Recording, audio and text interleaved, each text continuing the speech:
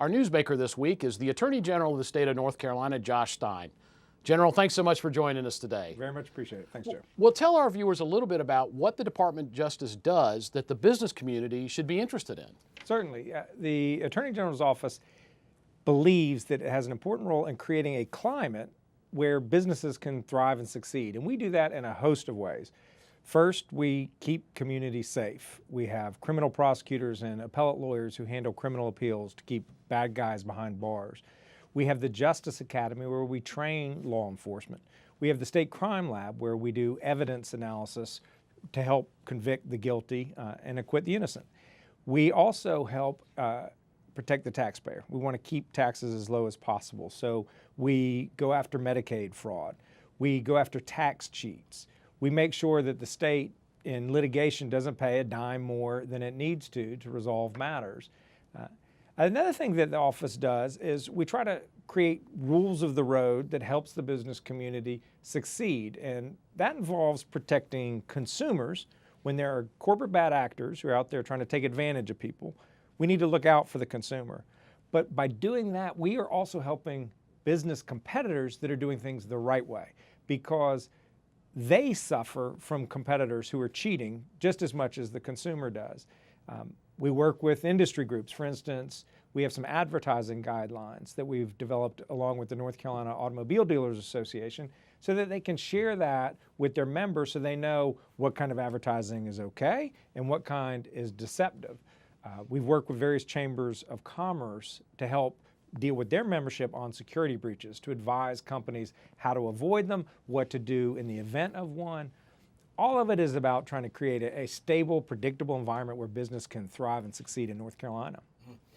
Mr. Attorney General, clearly you have got a good sense of the primer of what your job responsibility and what the Department of Justice's functions are. How has it been so far? I must ask you that. Please. I love it. I love it. I worked in the Attorney General's office for 8 years before I started serving in the state Senate. And so when I ran for the office, I knew very well what the office did, what its authority was. I knew the people. And so I'm immensely grateful to the voters for giving me this great opportunity, this privilege to serve. And I think it's the best job in state government because— You still believe that after what happened a few days ago? Well, I assume you're referring to the budget cuts. I would say this, I love my job. It is a great honor to go to work every day to say, what can I do to protect people in my state? I am very disappointed that the legislature made such a substantial, sizable cut to my budget because, frankly, it will impair my ability to go to work every day and protect the people of North Carolina. But in what way? Tell us a little bit, be a little more specific. Happy to. The legislature cut $10 million out of the legal services budget. Those are my lawyers. I've got about 300 of them. I'm going to have to lose about 35% of them, 30 to 40% of them, if these cuts go through as written, which means I will have fewer prosecutors to go after criminals. I will have fewer criminal appellate lawyers to handle the complicated appeals of convicted murderers and rapists behind prison bars. I will have fewer lawyers to represent the Department of Labor, the Department of Public Safety, whatever, wherever there. For instance, there's a lawsuit in DHHS about construction of a new hospital. It's worth $100 million. We have a lawsuit involving the retirement system or the state health plan, which the liabilities are over $100 million. And clearly we're going to have lawyers on those big cases, but what it means is all these other cases that are out there, they're just not going to get the attention that they deserve because we don't have the personnel any longer. And the worst case scenario in that instance is that the public will be less safe and the taxpayer will be less protected, and we will end up all having to pay the price. I think these cuts were misguided, and I've been doing my level best to work with the legislature to explain just how serious these consequences are in the hope that they'll revisit them and mitigate them, because it's it's not me who suffers, it's going to be the people of North Carolina who suffers. One of the primary functions of the Attorney General is to be the lawyer for the state of North Carolina. We've seen in the press over the last couple of years lawsuits where governors sued legislatures, states sued the federal government, the various branches got involved in legal actions one against the other. Maybe explain what's the role the Attorney General plays in all of those kinds of actions? It is immensely complicated. The bulk of my work is to represent the state. And I do that when I represent departments, when I represent the general consuming public, when I represent the state when criminal appeals. But when you have the state suing the state, it is not always apparent where the Attorney General comes down. And when you have defendants, where the defendants are individual legislators in the state and the governor, and each has a slightly different view, it's not simple. So that's fine. The world is a complicated world. The question is, can we have processes where we can amicably work to resolve those complications? And that's what I hope I will do as Attorney General. I hope that the other parties will too.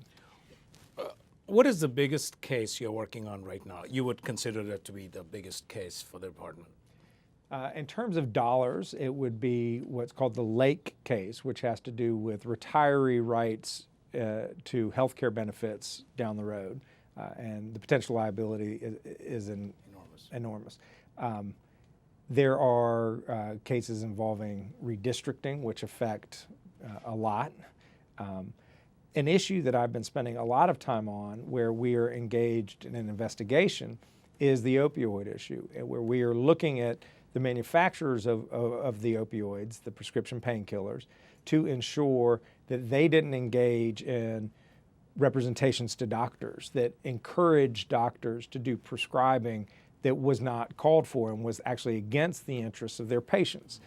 And so confronting this opioid epidemic has been a top priority for my office in the time I've been there. Well, and I think a lot of people don't understand the implications on the state's businesses is that the opioid addiction problem is influencing hiring decisions where you can't find people who are applicants for jobs that can pass the drug screen. But what can we do on that side of it? What can we do to address this epidemic in North Carolina? The opioid crisis is it's killing people.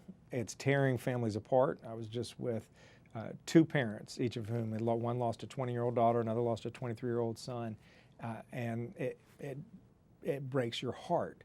The human cost of those parents who lost their child decades before they should have, you can't put a dollar on that, but there are immense economic costs to the state, billions. That's to employers for lost work days, unproductive work days, but it's to society in terms of crime, the prison system, hospitalizations, emergency room visits, impact on EMS, foster care. It just ripples through everything because it is just spreading like wildfire.